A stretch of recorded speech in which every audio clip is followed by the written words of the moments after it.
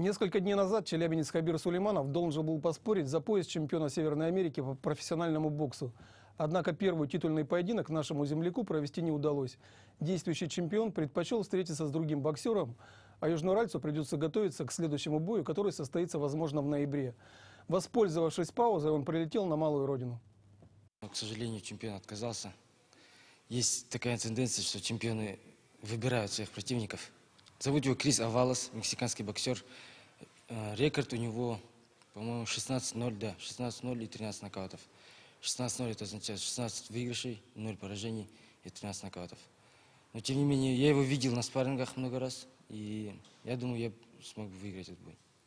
Хабир Сулейманов и его брат-близнец Сабир родом из башкирской деревни Лимбетово Аргаяшского района. На школьные занятия добирались несколько километров в соседнее село Дербищево. О спортивных секциях и тем более боксерских поединках в далекой Америке ребята в детстве и не мечтали. Учась в Челябинске в Государственном агроинженерном университете, стали мастерами спорта по кикбоксингу. Попав за океан, всерьез увлеклись профессиональным боксом. Совершенно разные виды спорта. И дело не только в том, что в кикбоксинге работают ноги. Дело вообще не в этом. А в кикбоксинге вообще не работает корпус. За счет того, что надо уходить от ног, просто уходят ногами. А в боксе больше надо двигать корпусом и уходить от ударов корпусом. Вот это было самое сложное. В 2006 году Сулеймановы стали победителями любительского чемпионата штата Нью-Йорк по боксу «Золотые перчатки». Выступали в одной категории, вышли в финал. Однако по правилам Федерации бокса штата Нью-Йорк не боксировали между собой, а были признаны чемпионами. Они похожи как две капли воды и шутят, что наверняка их не раз перепутали в роддоме, потому что имя Сабир означает «терпеливый», а Хабир – обладающий знаниями. В жизни же получается наоборот.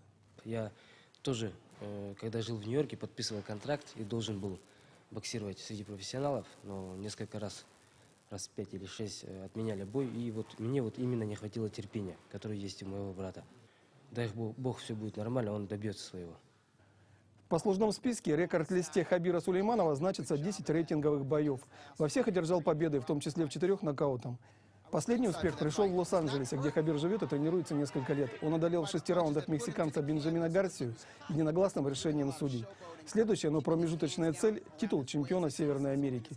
Главная задача – мечта 29-летнего боксера, который занимается под руководством промоутера Стивена Баша, стать чемпионом мира. Осуществить ее чрезвычайно трудно, но возможно. Промоутер, он бизнесмен. Его абсолютно не волнует, станет ты чемпионом или нет. Он должен сделать деньги, окупить свои расходы. Он смотрит с финансовой стороны на это, а боксер смотрит со спортивной стороны. И они как-то должны друг с другом скооперироваться и должны найти как-то консенсус. И золотую середину должны найти. Это очень важно. Я постоянно говорю своему промоутеру, что я уже готов к чемпионскому бою. Всегда требую у него 10-12 раундовые бои. Но я думаю, в будущем у нас все получится. Когда он боксировал, вот 5-й бой проводил в Лас-Вегасе, там весь зал был против него, и один только друг за него болел.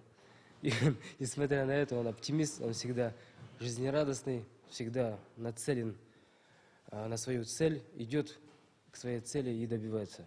Потому что благодаря трудолюбию он достигнет результата и физического, а терпения он выдержит любой напор и все эти невзгоды. А как спортсмен, я думаю, это харизматичная личность, которая и трудолюбивая, и терпеливая, которая, думаю, даст в свое время, прогремит, о котором узнает весь мир.